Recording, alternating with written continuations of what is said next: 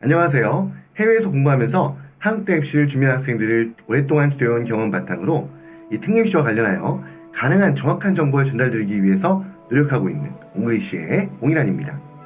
자, 오늘은 해외 학교에서 초중고 전 교육 과정을 이수한 학생들이 지원하게 되는 약칭으로 말해 심연특례와 관련하여 2023학년도 후기 전형에 대하여 소개해드리는 시간을 가지려고 하는데요.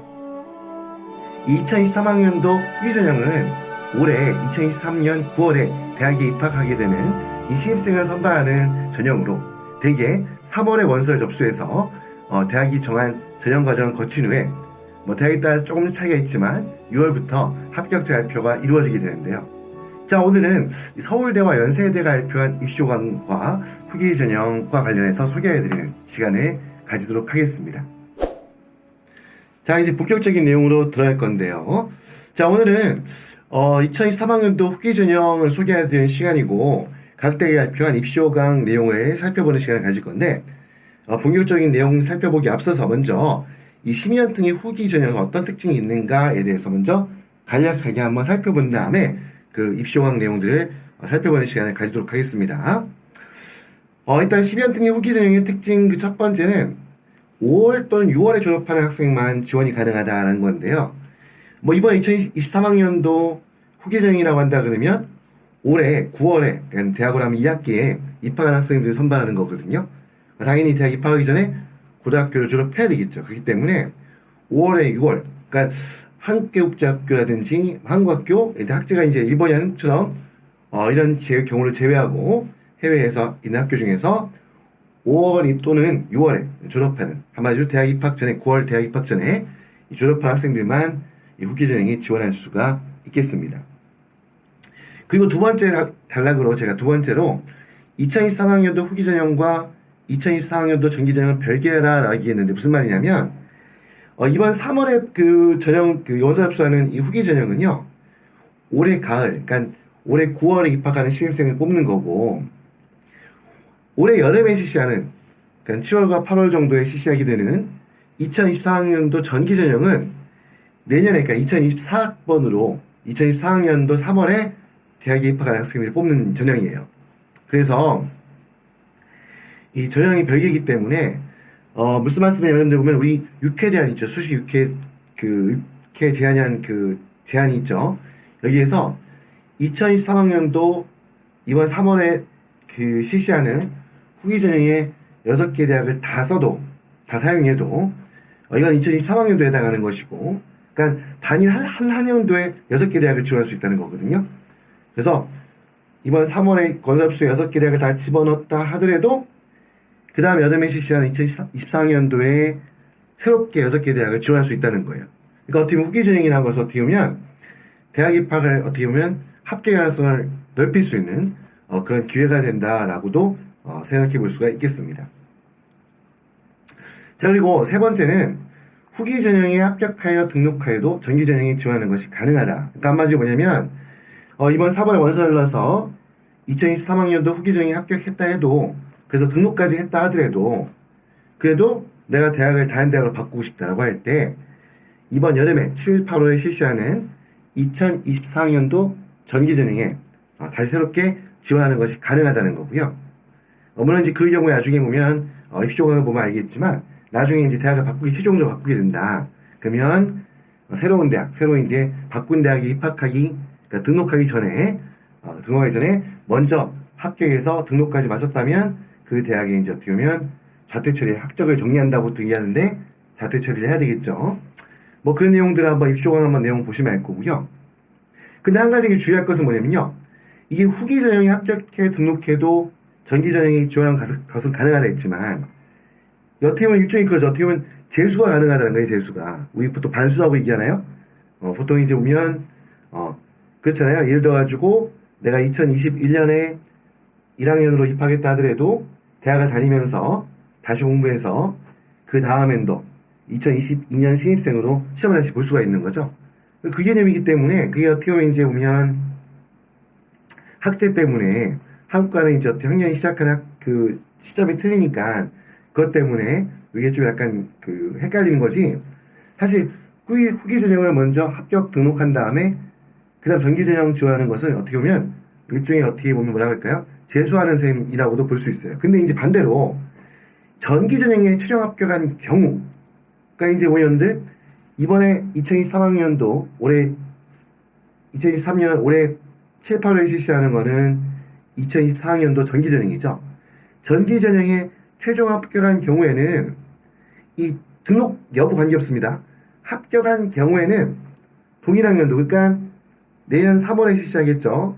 내년 3월에 하는 2024년 3월에 하는 2024학년도 9월에 입학하는 2024학년도 후기 전형의 지원이 불가능하다라는 부분 기억하셔야 됩니다. 그래서 반복되는 말인데 후기를 먼저 지원하고 합격한 다음에 등록까지 해도 그 다음 년도 전기 전형 지원하는 것은 가능하지만 전기 전형을 먼저 지원해서 최종 합격한 경우에 그 바로 같은 학년도에 후기 전형에 지원하는 것은 불가능하다라는 부분 덧붙여 말씀을 드립니다. 자, 그리고 이제 보면 동일한 대학, 동일한 학과의 후기, 전기 모두 지원하는 것이 가능하다. 그러니까 보면 후기에 내가 예를 들어 어떤 B 대학의 A 학과에 지원해서 떨어졌어요. 그렇다고 이제 그 대학, 그 학과에 다시 지원하는 것이 불가능한 게 아니라 우리 재수할 때도 마찬가지잖아요. 같은 대학, 같은 과 재수할 수 있죠? 똑같습니다. 전기에 그대로 내가 그 원하는 그 과, 그 대학의 그 과에 다시 동일한 그 과에 지원하는 것이 가능하다라는 부분입니다. 자, 그리고 이제 한 가지 더 덧붙이고 그 다음에 있는 부분은, 이 부분은 전기 전형과 비교해 소수를 선발한다. 제가 이 문구를 왜 집어넣냐면요. 보통 생각할 때 아무래도 해외에서 공부하는 학생들이 모두가 5월, 6월에 고등학교 졸업하는 게 아니죠. 해외에서 공부하는 학생들 중에 30, 40%는 한국 국제학교를 다니고 있어요. 그럼 그 친구 같은 경우는 후기 전형에 지원하지 못하죠. 그러다 보니까 후기 전형은 아무래도 지원자 수가 좀 적기 때문에 흔히 생각할 때 전기보다 유리할 거다라고 막연하게 인식하는 경우들이 많은데, 물론 뭐 그런 경우가 있을 수도 있겠죠. 하지만 전기 전형과 비교해서 후기 전형은 선발 인원이 더 적습니다. 정확히 대학에서 몇 명을 뽑는다라고 공시가 되어 있지 않지만 후기 전형 같은 경우는 소수를 전기 전형에 비해서 더 적은 수의 신입생을 선발하기 때문에 당연히 지원자 수가 준다 해서 무조건 후기 전형이 유리하다라고 볼 수는 없다라는 말씀을 드리기 위해서 이 문구를 적어놨고요. 자, 그리고 학과에 따라서 별도의 공지 없이 신입생을 선발하지 않는 경우도 있다라고 했는데요. 그러니까 이게 뭐냐면 이 여러분들 모집 요강에 보통 문제 보면 뒤에서 요강 보면 알겠지만 어떤 학과들을 이제 선발하는 선발 모집 단위들 학과들을 쭉 나열한 다음에 항상 오른쪽에 보면 통으로 해서 뭉뚱그려가지고 약간명 선발 정도로 이렇게 표기해놨어요. 근데 이게 뭐냐면 이게 대학에서 무조건 학과에 이렇게 보면 모집 요강 속에다가 학과를 전부 다 나열해놨다고 해서 무조건 또 그 학과에 학생이 지원했다고 해서 무조건 그 학생을 뽑아야 될 이유가 없어요. 의무가 있는 거 아니에요. 그래서 학과에 따라서는 특히 후기 전형 같은 경우에는 말씀드렸던 것처럼 전기보다 소수의 학생들을 선발하고 그리고 어떻게 보면 이제 보면 대학과의 내부적인 결정에 따라서 별도의 공지 없이 어떤 특정 학과에 신입생을 선발하지 않게 되는 경우가 발생합니다. 그러다 보니까 가끔 한 번씩 보다 보면 어떤 해에는 보면 학부모님들 사이에 여기저기 한 지역에서 C라는 지역에서 A 대학에 F 학과에 지원한 학생이 많은데 전부 다 떨어졌다더라. 합격한 학생이 한 명도 없다더라. 그거 굉장히 치열했나 보다. 이렇게 이제 생각하시는 경우들이 많은데 실제 그럴 수도 있긴 하겠죠. 다른 지역에 있는 지원 학생들만 선발하고 그 지역에 있는 학생들이 선발하지 않았을 수도 있으니까.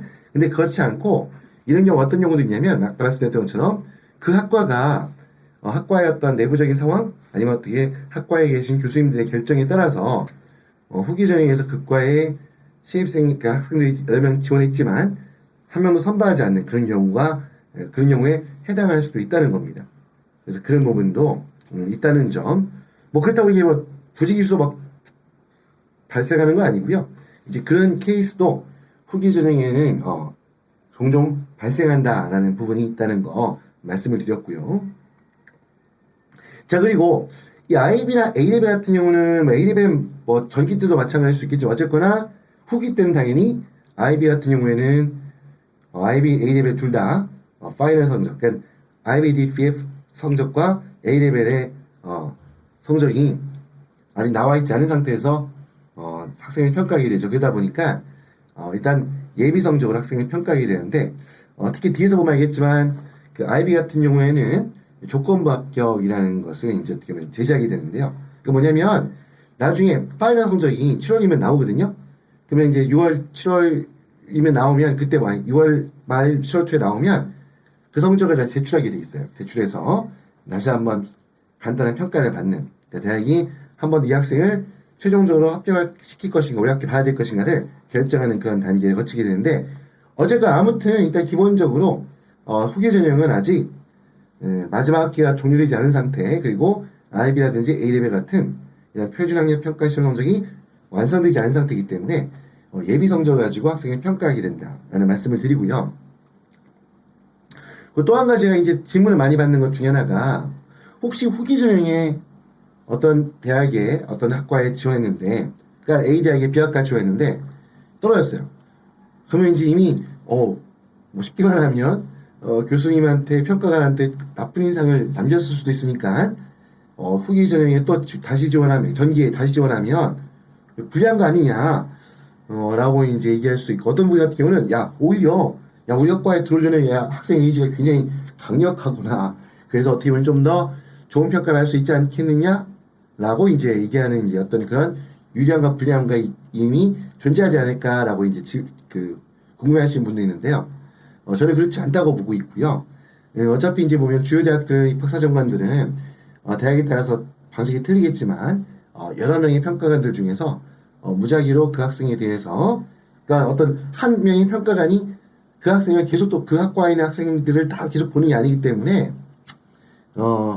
꼭 그렇게 후기에 내가 지원했다, 떨어졌다, 근데 또 동일 학과를 전기에 다시 지원했다 그랬을 때 그것 때문에 어떤 유리함 불리함이 발생하지는 않는다라고 생각하는 것이 저한테 갖고 있는 기본적인 생각입니다. 물론 설명하시는 분들만 좀 틀릴 수 있는데요. 제가 좀 오랫동안 봐왔을 때는 저도 한때는 그런 경우도 있는 것 같다라는 부분들을 한 번씩 이제 느낄 때가 있긴 했었는데, 쭉 어떻게 오랜 기간 동안에 제 경험을 펼쳐놓고 보니까 사실 이런 부분에 유리함 불리함은 없는 것이라고 보는 게 더 합리적이지 않을까라는 생각을 하고 있습니다. 자, 그리고 이제 밑에 보면 마지막은 의대학대 간호학과, 특히 이제 의대학대 관심 있으신 분들 꽤 많고 요즘은 간호학과도 이제 고민들을 많이 하시는데요. 기본적으로 이 세 학과는 전기 전형에서만 신입생을 선발하는 경우가 대부분입니다.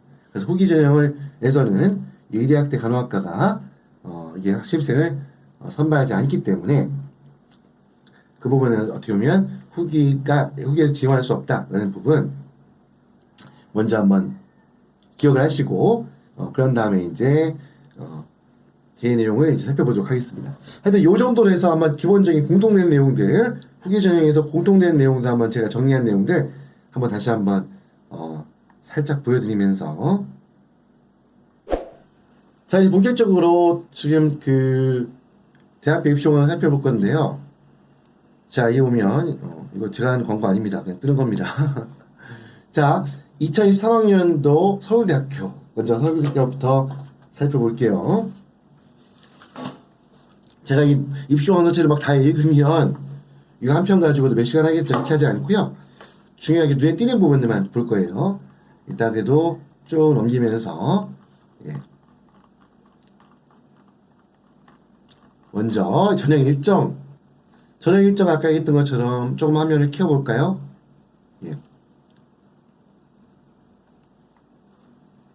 보면 일단 3월 2일부터 3월 7일까지 원서를 접수하고요.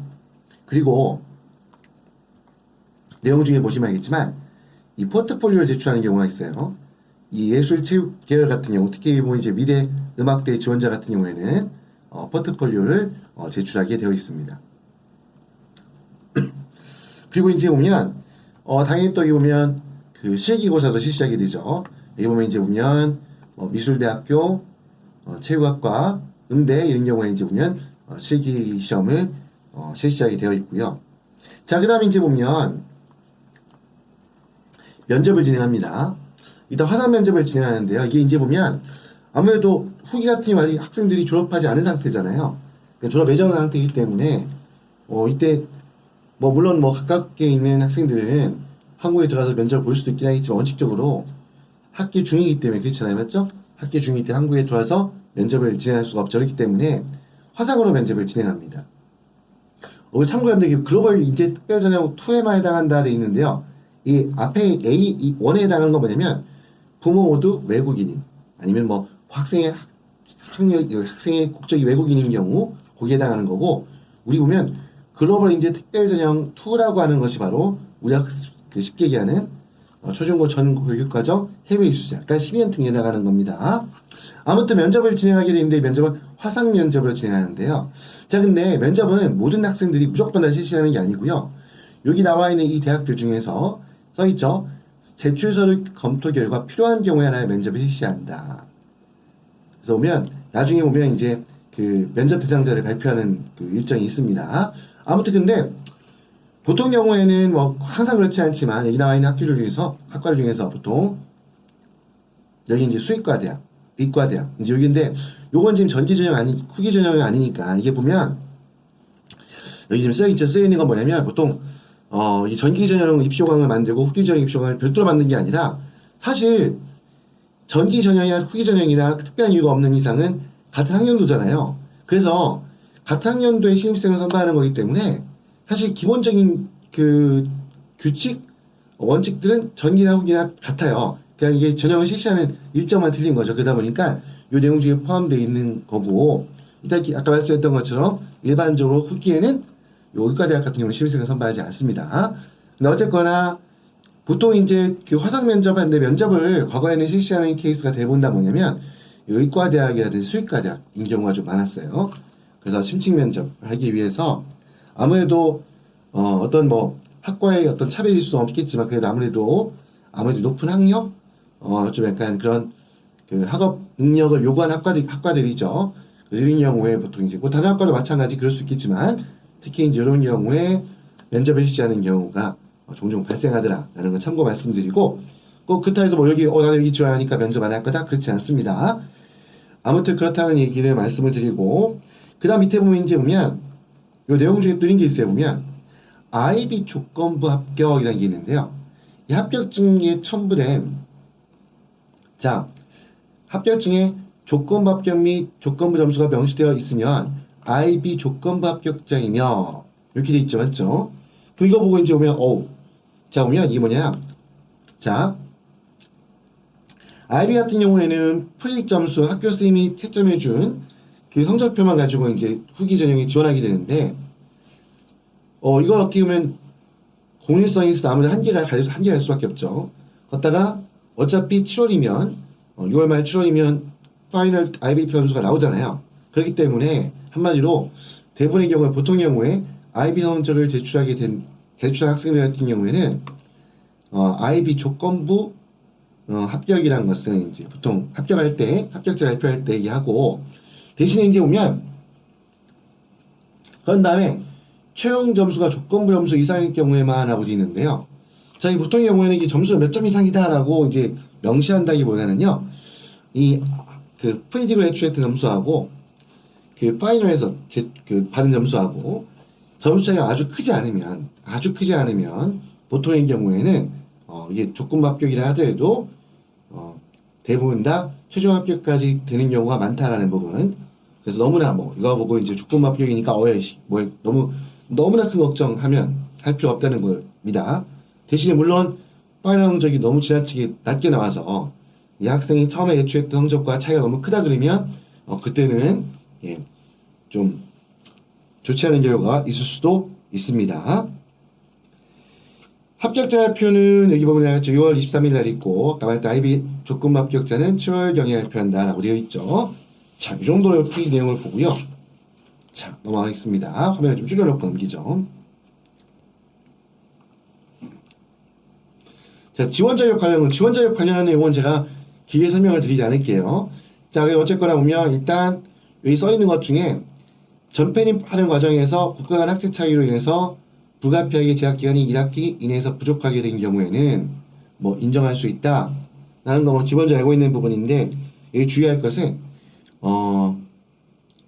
전편이 조기 졸업, 그러니까 같은 학교 내에서 보통 성적이 우수해서 조기 졸업하거나 성적이 우수하기 때문에 학교장의 어떤 그 학제에 따라서, 학교 갖고 있는 고유의 학제에 따라서 이 성적으로 인해서 월반하게 될 경우는 인정이 될 수 있지만, 학교를 옮기는, 한번 학교를 전학하는 과정에서 월반으로 인해서 1개학년이, 2학기 연속 어차피 1개학년이 비게 되는 경우에는 문제가 될 수 있다는 부분입니다. 그리고 우리 특례에서는 검정고시로 인한 학력 인정은, 학력사항은 인정하지 않습니다. 그래서 검정고시로 고등학교 졸업한다거나 중간에 어떻게 학교를 다니지 않고, 학교를 다니지 않아서 몇 년이 비었는데 뭐 중학교 과정을 검정고시로 통과해서 졸업했다, 그렇다 해서 그것이 학력으로 인정되지 않습니다라는 점, 않는다는 점 참고하시기 바라고요.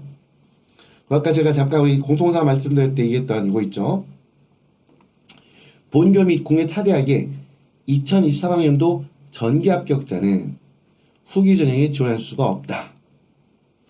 그래서 2023학년도 전기 합격자는 후기 전형에 지원할 수 없다라는 부분, 요거 이게 명시되어 있다는 걸 잠깐 소개를 드렸습니다.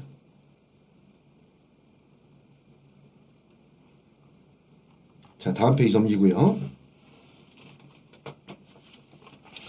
뭐 다음 페이지 내용은 지금 보시면 이제 오면, 예, 서울대학교의 경우에는 이거를 좀 표시하면서,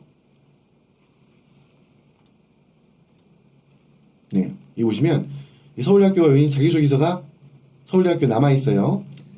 수학계획서는 쓰게 돼 있고요. 그 다음 이제 서울대학교 또 한 가지 추천서도 제출하는 게 아직 그대로 남아 있습니다. 자, 그리고요, 밑에 보시면 조건 중에 이 내용을 조금 궁금해하시는 분도 있을 수 있어요. 이게 뭐냐면, 이제 우리 보면 한국어 또는 영어 능력을 증명할 수 있는 하나 이상의 서류를 제출하라고 돼 있는데, 여기 보니까 나와 있는 것처럼 한마디로 이거 보면 뭐 엄청난 조건이 있는 건 아니고요. 이 내용 보시면 알겠지만 이렇게 돼 있죠. 학교를 소개하는 자료에, 오른쪽으로 넘어갈게요. 학교를 소개하는 자료에 만약에 고등학교 전 교육과정을 한국어, 그러니까 한국제학교 같은 게 한국어겠죠. 아니 영어로 그 학교가 이제 교육의 주 언어가 제일 언어가 영어로 되어 있는 학교를 다니는 학생들 같은 경우에는 뭐 그것만으로도 맞죠? 그것만으로도 요 조건은 충족한 거라 볼 수 있다는 이야기입니다. 그리고 이제 아니면 이게 여러분들 계속 말씀드린 부분이 얘도 증명하고 얘도 증명하고 모든 걸 증명한다는 게 아니라 나열되어 있는 것도 있잖아요. 맞죠? 이것들 중에 하나만 충족하면 된다는 얘기예요. 대신에 이제 뭐 영어로 이제 뭐 이렇게 보면 이런 학교를 다닌 것이 아니다. 뭐 내가 중국어로만 수업하는 학교를 졸업했다라고 할 경우에는, 그럴 경우에는 이제 이 둘 중에 하나를 획득해야 되겠죠. 이 둘 중에 하나를 토픽 시험으로 3급 이상 따든지, 아니면 뭐 하여튼 이런 거 한다든지, 아니면 영어 같은 경우에 이렇게 이런 나열된 성적 중에 하나를 취득할 필요가 있다는 겁니다. 자, 그리고 이제 여러분들 보시면 밑에 보면 이게 보면 스코어링 리포트라는 게 보이는데요. 스코어링 리포트. 요건 여러분들 보면 토플이라든지 IELTS라든지 그 뒤에 보면 뭐 SAT라든지 전부 다 요거는 그 성적이, 학생의 일정 성적이 정확한 원본 점수다라는 것을 증명하기 위해서, 그 입증하기 위해서 보통 시험을 그 주관하는 기관에서 이 대학 측으로 그 성적을 이렇게 직접 확인해 주는 그 과정을 거치게 되거든요. 이거는 토플이 했던, IELTS 했던, 뒤에 뭐 나와 있는 뭐 SAT 했던, AP 했던 이 성적을 제출한 학생들은 모두가 여기에 따라 이 안내에 따라서 이 스코어링 리포트라는 것을 꼭 반드시 하셔야 됩니다. 예. 이 대학마다 전부 다 보면 이 코드가 있어요. 뒤에 보면 연대 고대로 설명드릴 때 보면 똑같이 내용들이 나오니까 제가 지금 일단 공통 내용들이 지금 보면 하나하나가 좀 시간이 좀 걸리긴 하는데, 뒤에 보시면 제가 서울대에서는 좀 설명을 자세히 드렸는데, 이 연대 고대 가면 공통 내용들이 많이 있습니다. 그때는 좀 빠르게 넘어갈 거니까 그거 좀 참고하시고요. 자, 다음 페이지 넘어가겠습니다. 자, 그 다음에 이제 이걸 내용을 줄일까요? 크게 너무 줄였나? 좀 줄일게요. 보시면 여러분들 보면 이렇게 보면 그 제출 서류에 부모님 관련된 거는 안 보여요. 왜냐하면 12년 등예와 여기도 12년 등예는 학부모님은 심사 대상이 아닙니다. 그러니까 우리 3년 등예처럼 뭐 학부모님의 어떤 그 보호자의 해외 근무 기간이라든지 뭐 이런 내용은 전혀 관계 없습니다.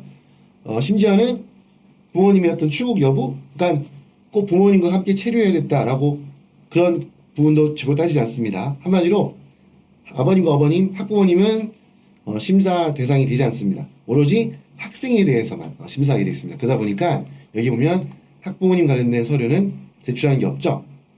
물론 어떤 경우는 잠깐 보다 보면 여기 지금 내용 중에 이렇게 되기 때문에 어쨌건 그런 서류가 없다는 거 말씀을 드렸고요. 바로 한번 넘어가겠습니다. 다음 거 가겠습니다.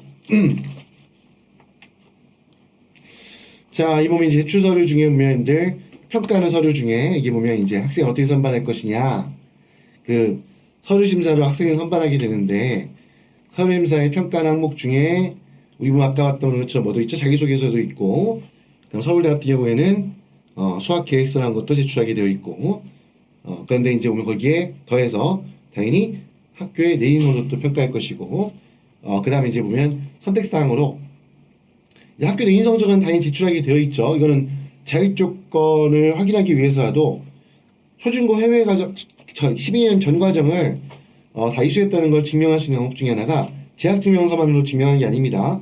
학교만 했다고 되는 게 아니라 학교 학기마다 성적을 받아야겠죠. 그렇죠. 그러니까 그래야 온전히 그 학기에 이수한 게 되는 거잖아요. 이제 그런 걸 확인하기 위해서도 제출해야 되고, 그 제출한 학교 내인 성적 자료를 그대로 또 우리 학생을 선발하는 그 전형에도 학생의 평가한 자료로 검토하게 되겠죠. 자, 그 외에도 이제 표준학력 시험 결과를 그 제출하게 되는데, 이것도 보면 나와 있는 것처럼 모두 표준학력 평가 시험이라고 하면 여기 나온 것처럼 A레벨, 뭐 IB 이런 거 다 표준학력 평가 성적입니다. 자, IGCS 정도도 제출할 수 있긴 한데 보통 얘는 그렇게 비중이 앞에 있는 A레벨이나 IB에 비해서는 비중이 조금 낮다고 보시면 될 거고요. 왜냐면 예비 단계 시험이잖아요, IGCSE는. 그리고 A레벨 같은 경우에도 보통 이제 최종이 아니라 AS를 제출하게 되겠죠. AS 점수를. AS 성적을 보고 이제 판단하는데, 이거 좀 차이가 있어요. IB 같은 경우 IGCSE는 2년 전에 보통 이제 13학년제 같으면 11학년 끝나고 받은 점수잖아요. 그러니까 좀 약간 텀이 있죠. 졸업하기까지. 근데 이제 AS 같은 경우는 1년, 졸업하기 1년 직전에 했다는 거죠. 그러다 보니까 조금 더 이제 보면 AS는 A레벨에서 학교에서의 AS는 어느 정도 조금 공신력이 좀 강한데, 반해서 IB 학교에서의 IGCS 성적은 변별력이 좀 높지 않다는 거. 그냥 그걸 참고로 말씀드리고요. 근데 물론 그것도 저희 견해일 뿐일 수 있습니다. 이게 보통 여러분들 보시면 특히 서울대 같은 경우에는 학생들 선발하는 기준이, 저도 이렇게 오랫동안 학생들 지도하면서 이렇게 입시도 해왔지만 정말 정확한 기준이 뭘까라고 한 번씩 의문이 들 정도로 다양한 결과들이 나오거든요. 그래서 그런 부분에 대한 평가는 제가 가급적이면 원래 제가 이게 찍으면서 안 하려고 했었는데 또 눈에 띄니까 이게 설명을 또 드리게 되네요. 아무튼 이런 표준학력 시험 결과들이 있고요. 이거 같은 경우는 나와 있죠. SAT, AP, ACT 스코어 리포팅을 또 하게 되어 있다는 거 보시면 알고, 그 다음에 또 제출한 서류 중에 출신 고등학교 소개 자료, 이거 우리가 보통 출신 고등학교 프로필이라고 하는 건데요. 이 여러분들 의문 아닌데 이게 제출하면 여러 가지 좋은 면이 있어요. 뭐냐면 다른 것보다도 우리 심의원특례에서 특히 심의원특례에서 학생 선발할 때 제일 중요하게 보는 요소 중에 하나가 이 학생이 받은 내신 성적이 얼마큼 내실 있게 받은 성적이냐, 말 그대로 얼마만큼 규모의 학교에 또 어느 정도의 그 실력 수준에 있는 학생들이 모이는 학교에서 그 학생들과 경쟁해서 받은 성적이냐라는 부분이 하나의 평가의 참고 자료가 됩니다. 그래서 뭐 다른 학교 같은 경우는 어떤 경우에는 심지어 입시공항에다가 표기를 해놓습니다. 뭐 출신고등학교 소개 자료가 제출되면 거기에 따라서 어떻게 보면 학생을 평가하는 데 있어가지고 유익한 자료로 활용될 수 있다라고 이야기도 하는데, 어제 그러면 출신고등학교 소개 자료는 어떤 내용이 보통 들어가느냐, 자세히 보니까 여기 보면 내용이 나와 있죠. 보통 이제 교육 과정, 어떤 과정을 실시하고 있고, 학생 수 얼마큼 되고, 그렇죠? 학생들의 실력이 어느 정도가 되고, 그리고 이왕이면 그 학교에 대한 학생들이 실제 어느 정도 대학에 입학하고 있더냐. 한마디로 어떤 학생들이 이걸 내면 좋을까요? 예, 학생이 다니는 학교가 이제 우수한, 흔히 쉽게 말할 때 명문이라고 한다 그러면 그럴 경우에는 이 자료를 제출하면 그 자료가 어떻게 보면 학생한테 어떻게 학생이 평가하는 데 있어가지고 그 말 명문인데 내신 성적도 뛰어나다. 그러면 학교에서 봤을 때 이 친구는 굉장히 이게 어떻게 보면 그 치열한 학교에서 그 경쟁을 뚫고 열심히 공부해서 그 안에서도 높은 평가를 받았구나라고 인정을 받을 수가 있겠죠. 하여튼 그런 부분에서 이게 보면 출신고등학교 소개 자료가 하나의 입시에 있어 하나의 자료로서 활용될 수 있습니다. 자, 그리고 이 보면 이제 그리고 일단 이거 2023학년도에 여러분들 아직 작년에 했던 2023학년도 그러니까 해외 대학 입장에서 해외 학교 입장에서 2023학년도는 좀 뭐랄까요? 그 올해 여름 직전까지가 되는 겁니다. 그러니까 8월 정도까지가 아직까지 2023학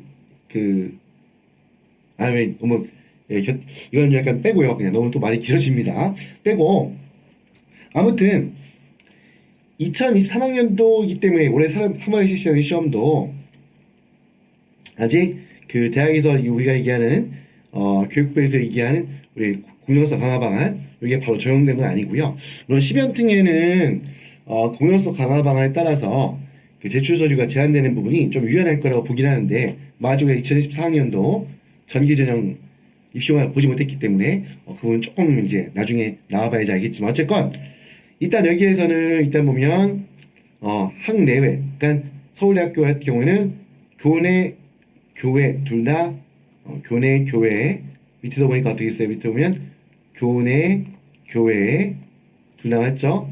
그 활동 및 수상 경력을 제출하는 것이 가능합니다. 제 기했다는 거고요. 예, 다음 페이지 넘어가겠습니다.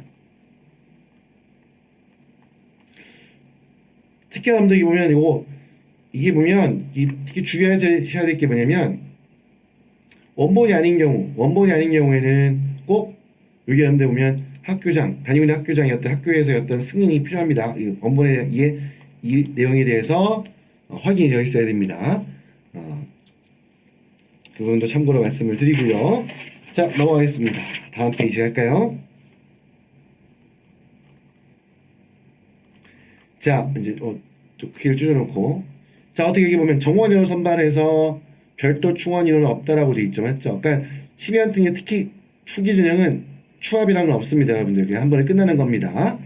자, 그렇다는 거고 특히 여러분들 지원자 수 및 경쟁률은 공개하지 않는다. 그래서 아까 말씀드렸던 것처럼 어떤 학과에 따라서는 그 입시호강 중에 모집학과 속에 포함되어 있다 하더라도 실제 실습생은 선발하지 않는 경우가 생긴다 그랬죠. 하지만 거기에 대해서는 공개하지 않기 때문에 어떠한 이유에 의해서 어떤 과가 어떻게 그런 결과가 나왔는지에 대해서는 아무도 알 수가 없습니다. 자, 그리고 현대 보면 이제 보시면 알겠지만 그리고 일기 합격자로 선발된 경우에 이제 어떻게 선발된 이후에는 나중에 이제 최종 성적이 나오면 원본이 나오겠죠. 반드시 원본 서류를 나중에 우편 또는 방문해서 대학에 제출해야 됩니다. 그 원본을 제출하지 않을 경우에 합격이 취소가 됩니다. 취소될 수가 있다가 아니라. 그래서 그런 부분들 주의하셔야 되고요. 그 아까 해서 면접이라든지 실기고사는 필요시에 지원자에게 개별 통보하게 된다라는 거고. 예. 자, 그 다음 보시면 서류 제출할 때 항상 여러분들 아시다시피 우리 항상 기본적으로 특례에서는 모든 서류는 한국어 또는 영어로 된 서류로, 그래서 그렇지 않을 경우에는 번역해서 공증한 다음에 그 공증한 서류를 제출하게 된다는 거 뭐 상식으로 알고 있는 부분이죠. 자, 넘어가겠습니다.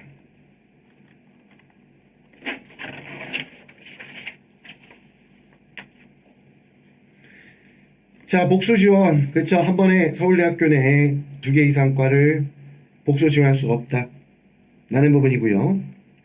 또 한 가지는 이번에 후기 합격했어. 근데 내가 이번 합격했지만 이번에 9월에 원래 후기는 9월이잖아요. 9월 들어가니까 1학년 1학기부터 들어간 게 아니어가지고 좀 왠지 내가 학교에서 약간 우리 과의 아이들하고 정하는데 좀 한계가 있을 것 같아. 그렇다고 해서 내년에 입학하겠다, 내년 3월에 입학하겠다라고 이렇게 입학 학기를 연기하는 것은 불가능합니다.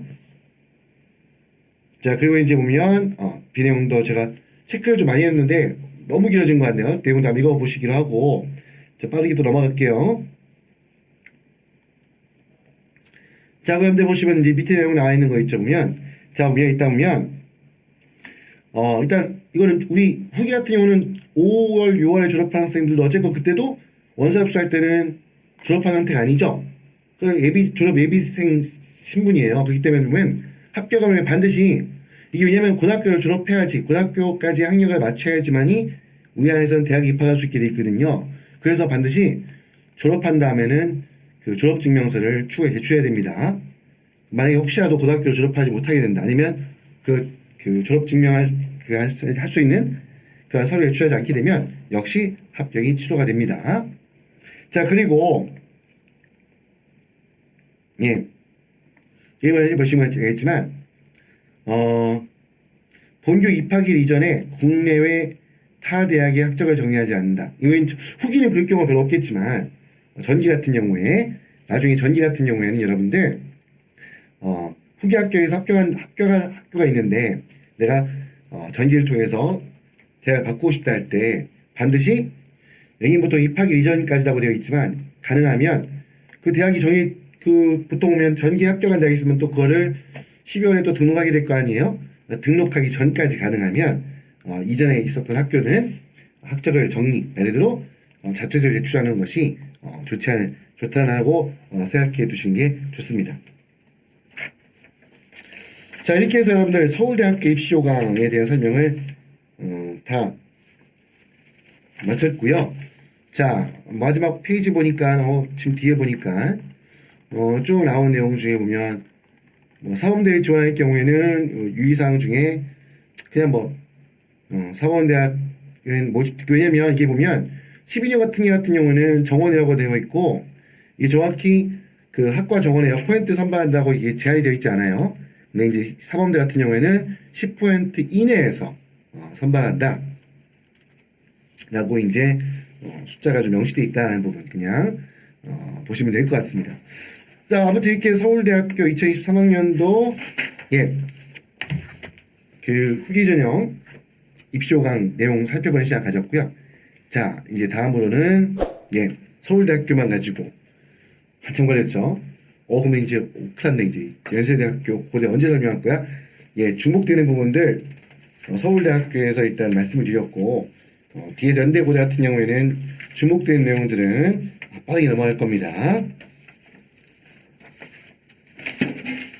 자, 일단 화면 크기 좀 줄여놓읍시다. 더 줄여놓을까요? 빠르게 넘기게. 이 학교 연대 무시해서 빠르게 넘기는 거 아니에요. 당연히 그렇죠.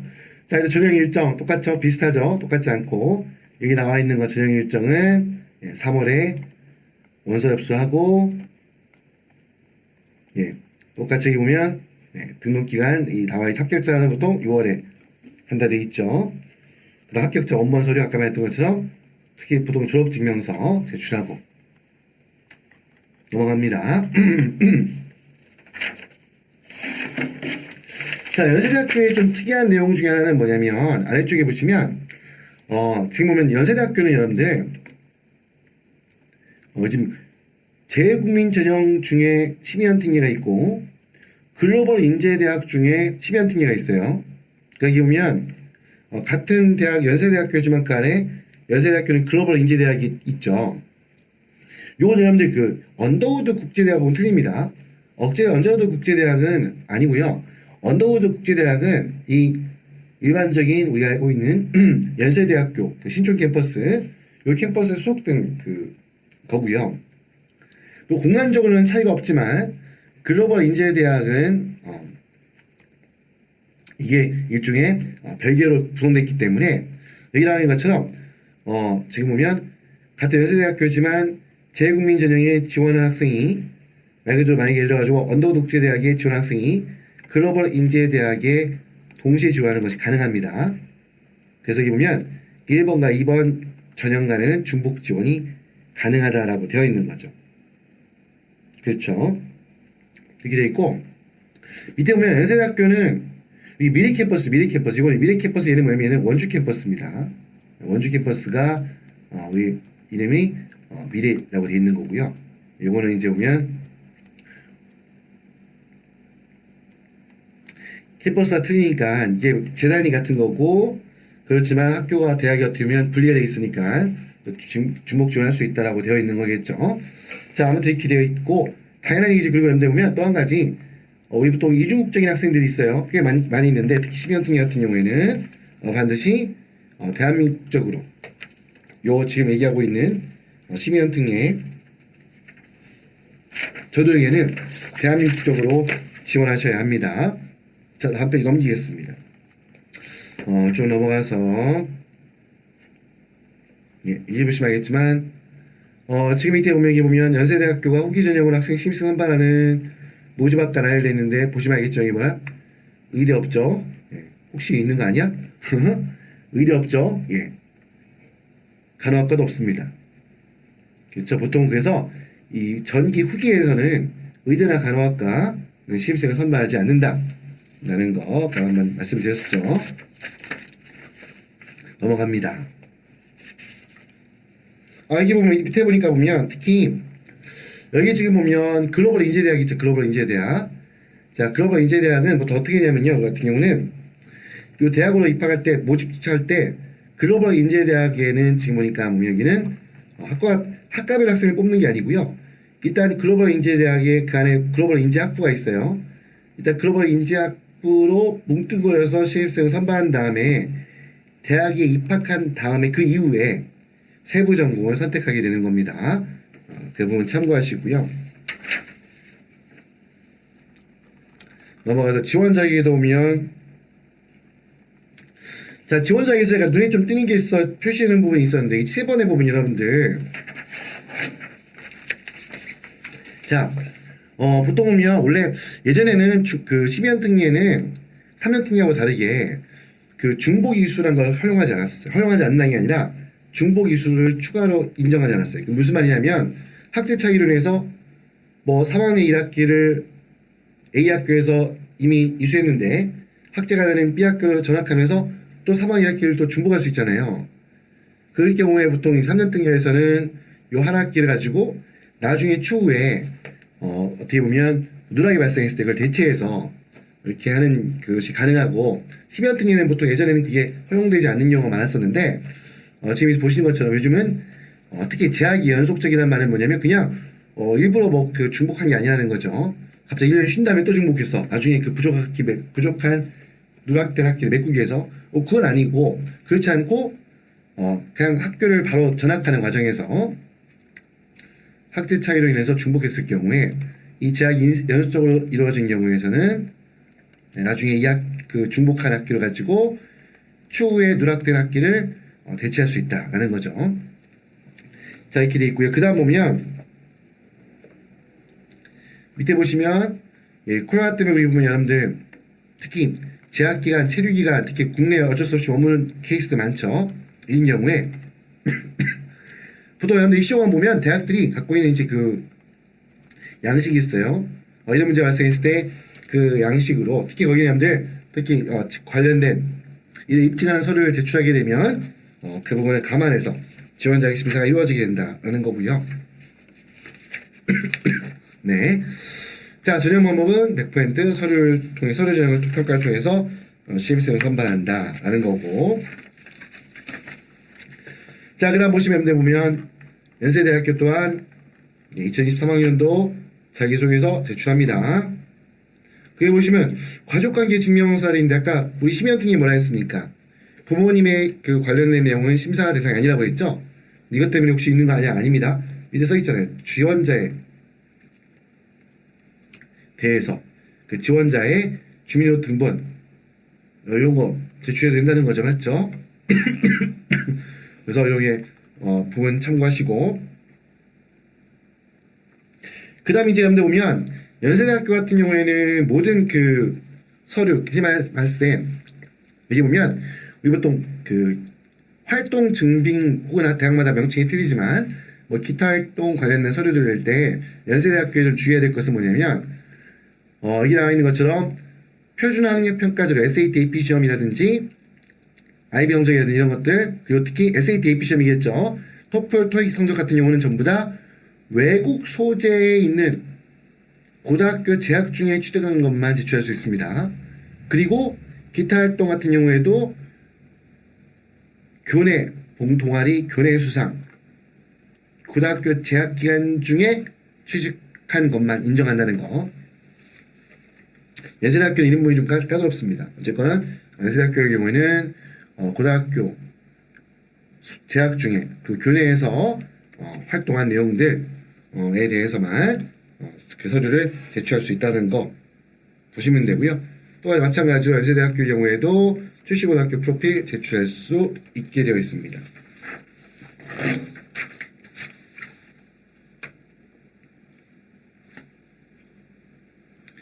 자, 그리고 이제 보시면 내용 중에 보시면 여러분들 보면 다른 내용들은 거의 다 대동 소개하고요.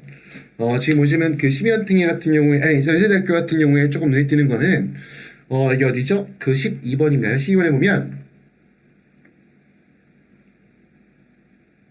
네, 이런 내용이 있죠. 학기 중에 주말을 제외하고 연속하여 15일 이상 국내에 체류할 수 있는 경우가 보면 이것도 학부모님들 질문 많이 주시거든요. 학기 중인데 방학 기간 동안은 관계없어요. 근데 학기 중인 학생 입장상 학기가 진행되고 있는데 주말 제외하고 연속해서 15일 이상 국내에 체류한 경우에 뭐 코비드 같은 경우에도 입증서를 내게 되겠죠. 그 사유에 대해서 그걸 우리가 사유서를 제출하도록 되어 있습니다.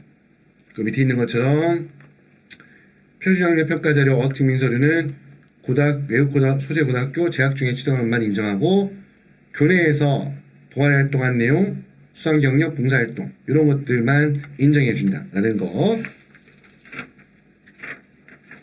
기억해 주시길 바랍니다. 자, 그리고 다음 페이지 보면 여기 나와 있는 것 중에 보면 제출할 수 없는 서류 중에 꼭 유의하실 게 개인이 제작한 여기서 말하는 포트폴리오는 여러분들 그 우리 미드 입시하는 아이들의 포트폴리오가 아닙니다. 그게 아니라 우리부터 어떤 예전에 보면 활동했던 내용들, 뭐 봉사활동했던 것들, 그 뭐 수상 경력 같은 거라든지 아니면 여러 가지 것도 있죠, 맞죠? 이런 것들 갖다가 좀 더 잘 보이기 위해서 일종의 포트폴리오 책자를 제작하는 경우도 과거 옛날에 아주 옛날에 있었는데요. 이런 개인이 제작한 이런 포트폴리오를 만들어서 제출하는 것은 이것을 어떻게 보면 제출할 수 없고 제출해도 평가에서 제외된다는 얘기죠. 그 다음 또 여러분들 보시면 알겠지만 IB 과정에서 작성한 에세이, 뭐 익스텐디드 에세이 있겠죠, 맞죠? 이런 것들 이것도 제출해서 평가를 받을 수가 없습니다. 그리고 추천서는 제출하지 않죠. 자, 이렇게 되어 있다는 부분이고요. 자, 그 다음은 여러분들 보시면 있잖아요. 여기 보면 15번에 AP, IB, SAT, 토플 성적을 제출할 경우에는 성적 증명이 진위 여부를 확인할 수 있는 수단을 제공해야 한다라고 되어 있는데 자, 여기서 요 기간 같은 경우에는 이게 진위 여부를 확인할 수 있는 수단이란 건 뭐냐면 학생이 시험 봤을 때 보면 그 아이디하고 비번이 있죠. 그 아이디하고 비밀번호를 적어서 같이 제출하게 되어 있어요. 그 대학에서 직접 그 평가기관에 들어가서 거기에서 학생의 아이디와 비밀번호를 가지고서 이게 정말 원본이 맞는지를 확인은 하게 되고요. 또 그 이후에도 어떻게 보면 또 스코어 리포팅한 성적이 가봤을 때 진행되는 거죠. 굉장히 특히 표준학력 평가 성적 같은 경우에는 이게 일종의 우리가 치면 대학 수학 능력 시험이잖아요. 여러분들 한국에서 그 대학 입학 시험에서 수학 능력 시험 성적이 얼만큼 중요한 성적인지 뭐 다 강조하지 않아도 알죠. 이런 시험들 마찬가지로 특히 표준학력 평가 성적 또한 이것도 하나의 우리 대학의 대학 수학 능력 시험과 같은 그러한 성적이기 때문에 이 성적이 정말 진짜인지 가짜인지 공신력 있는 것인지를 확인하는 과정을 모든 대학들이 아주 까다롭게 정하고 있습니다. 자, 이렇게 돼 있다는 거고요. 네. 자, 그다음 뭐 원본 제출해라 라는 내용도 뒤에 이제 내용이 나와 있죠. 자, 그리고 넘어가서 보면 그 연세대학교 입시공항 중에 조금 눈에 띄는 것도 하나가 뭐 있었냐면요. 여기 보면 이제 보면 그 학력을 인증하는 게 보통 우리가 학력 검증하기 위해서 영사 확인이라는 걸 받아요. 그러니까 각 해당 지역에 있는 공관, 꼭 어떤 뭐 도시가 한국인이 많이 없는 도시면 그 도시에 영사관이 없을 수도 있죠. 하지만 보면 그 도시를 포괄하는, 그 담당하는 그 큰 도시에 영사가 있거든요. 그 영사관에서 이 학교가 실제 그 지역에 존재하는 학교다. 그리고 그 학교가 그 지역에 인가를 받아서 정상적으로 운영되고 있는 학교라는 것을 확인하는 과정을 거치게 되어 있어요. 특히 근데 여기 보시면 중국 내 학력을 취득한 학생들, 그러니까 뭐냐면 중국에 있는 현지 학교 다니는 학생들이 있죠.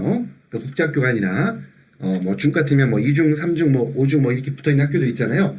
요 학교들 다녀서 졸업까지 한 학생들 같은 경우에 특히 이거는 예전에는 이게 없었는데 요즘에는 뭐냐면 예전에는 그 대학에서 그 학교에서 그 발행한 성적 증명서라든지 이런 부분들이 원본인지 아닌지 확인하기 위해서 원래 그 대학 그 학교 출신 학교에 확인하는 과정을 거쳤는데 사실 이게 잘 이루어지지 않는 경우도 거기에 많았거든요. 그 중국에 있는 일선에 있는 고등학교들이 한국 대학이 그러한 요구를 해도 거기에 대해서 뭐 의무가 있는 게 아니잖아요. 그래서 그런 뭐 입증을 해주는 서류를 보내준다거나 이런 게 되게 없었는데 이제 어떻게 중국은 아시다시피 이 보면 모든 그 학생의 어떤 학사 관리, 초중고 학생들의 어떤 특히 고등학교 학생들의 학사 관련한 모든 내용들을 이렇게 중앙 집중식으로, 그러니까 뭐냐면 전체를 다 데이터베이스를 구축해서 관리하게 돼 있거든요. 거기에서 이제 확인. 우리 어떻게 아까 말했던 SAT나 AP 성적을 시험을 그 운행하는 기관에서 스코어 리포팅을 통해서 맞죠? 성적을 그 확인하듯이 똑같이 마찬가지로 중국 내학력을 취득한 학생들 같은 경우에는 중국 교육부에 를 통해서 맞죠? 여기 신청하겠죠. 여기 보면 여기를 통해 가지고 여기 보면 자 연세대학교는 학위 인증을 꼭 할 수 있도록 이런 조치가 추가가 돼 있다는 게 제가 좀 눈에 띄는 부분이어서요. 이 부분도 말씀을 드립니다. 자, 그리고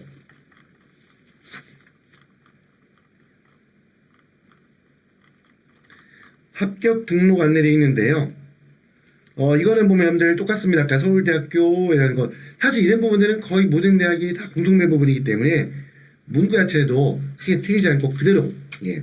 이게 아마 우리 대학교육협의회에서 표준으로 정해져 있는 그런 입시호강에 따른 규칙에 따른 것이기 때문에 내용은 동일하다고 보시면 됩니다. 그리고 이제 여러분 보시면 또 보면 자연스레학교로 우리가 간단하게 하려고 했는데 공통된 내용 다 빼고 하려고 했는데 공통되지 않은 내용들이 또 많이 있네요.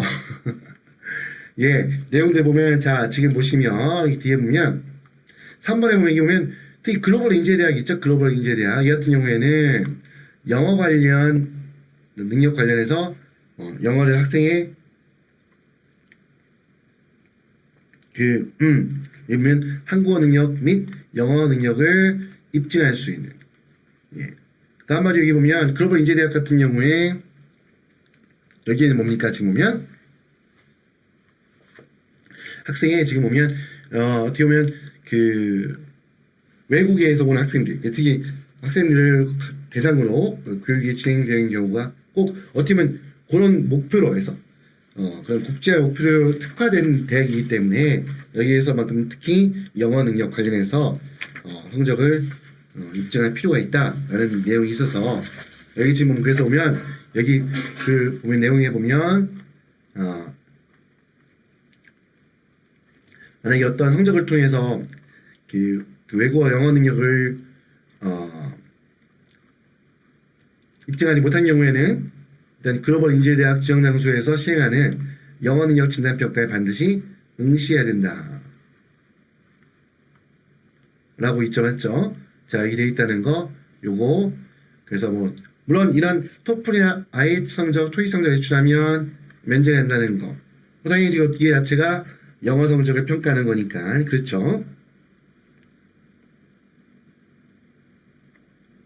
자, 마지막으로 언더우 독재대학. 이 언더우 독재대학 여러분들, 요거는 전 교육과정을 국제 캠퍼스, 우리 알고 있는 송도에 있는 송도 캠퍼스죠. 송도에서 전 교육과정을 그 대학 4년을 다 송도에서만 공부하게 된다. 요건 글로벌 인재대학하고는 지금 다른 겁니다, 여러분들. 아까 말씀드렸던 것처럼 여기 나와 있는 부분이어서 잠깐 첨가해서 말씀을 드렸고요. 그리고 보통 이제 밑에 보면 글로벌 인재대학 같은 경우에 보면 아까 얘기했죠. 이게 처음에 학과로 이렇게 모집해서 입학하는 게 아닙니다. 일단 글로벌 인재대학에 글로벌 인재학부로 입학한 다음에 1학년 때 세부 전공, 대학 입학한 후에 이런 세부 전공들을 정하게 된다는 거. 이게 글로벌 인재대학이 어떤 대학인가 궁금한 경우에 이런 부분도 한번 참고해 주셨으면 합니다. 자, 원래는 제가 처음에 서두에서 서울대, 연세대, 고려대학교 이 세 학교의 입시 호강을 중심으로 해서 설명을 드린다라고 말씀을 드렸는데요. 지금 내용을 진행하다 보니까 상당히 지금 시간이 많이 흘러갔어요. 그래서 오늘 일단 서울대학교, 특히 제가 이 영상을 촬영하고 있는 이 시점에 2023학년도 후기 전형 같은 경우에는 지금 서울대학교하고 연세대학교만 지금 입시 호강이 발표가 된 상태고, 고려대학교 외에 성균관대, 한양대학교는 전부 다 아직 2023학년도 입시 호강을 발표하지 않은 상태거든요. 후기 입시 호강을. 그렇기 때문에 이런 다른 대학들은 고려대학교 이하, 고려대학교 외에 다른 대학들에 대한 설명은 추후에 다시 영상을 제작해서 설명을 드리도록 하고요. 오늘은 현 시점에 입시 호강이 발표되어 있는 서울대학교 입시 호강과 연세대학교 입시 호강을 설명드리는 것에서 마무리하도록 하겠습니다. 자, 이렇게 해서 오늘 설명을 드렸고요. 자, 지금까지 시청하신 내용 여러분들 해외에서 한때 입시 준비하시는 데 있어가지고 조금이라도 도움이 되었으면 바람을 가지고 있고요. 또 도움이 되셨다면 구독과 좋아요도 꼭 부탁을 드리겠습니다. 자, 이걸 오늘 순서를 마무리하도록 하겠습니다. 자, 지금까지 공부이신 옹현이었습니다. 감사합니다.